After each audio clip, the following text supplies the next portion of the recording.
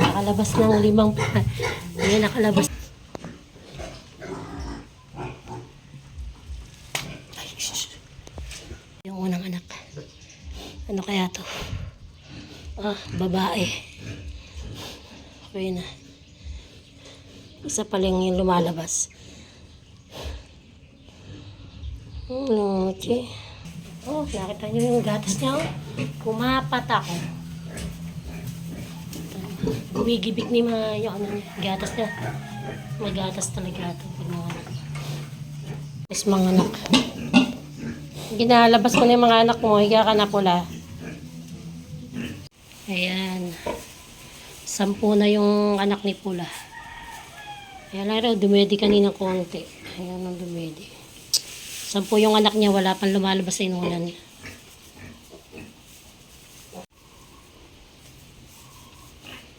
Nakatulog na iba. Ayan, okay na lumabas na inunan niya. 10 yung anak ni Pula. 6 na babae, 4 na lalaki. Pinutulang ko na rin sila ng buntot. Tapos, ano ka na,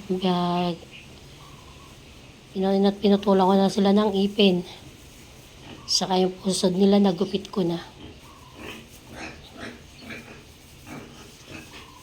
Tapos ito yung ginagamit ko sa pang-spray dun sa pusod at buntot nila. Para agad gumaling.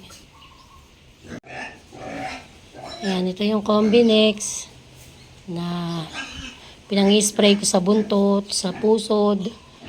Dapat ninay biglang nakita ko may nakalabas ng isa dumedede.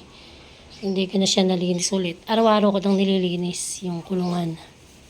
Tapos ngayon nga nanganak na siya. 11, March 11. Yan, ang anak niya. Kakagulo kanina sa pagdede. 6 na babae, 4 na lalaki. Yun ang anak ni Pula.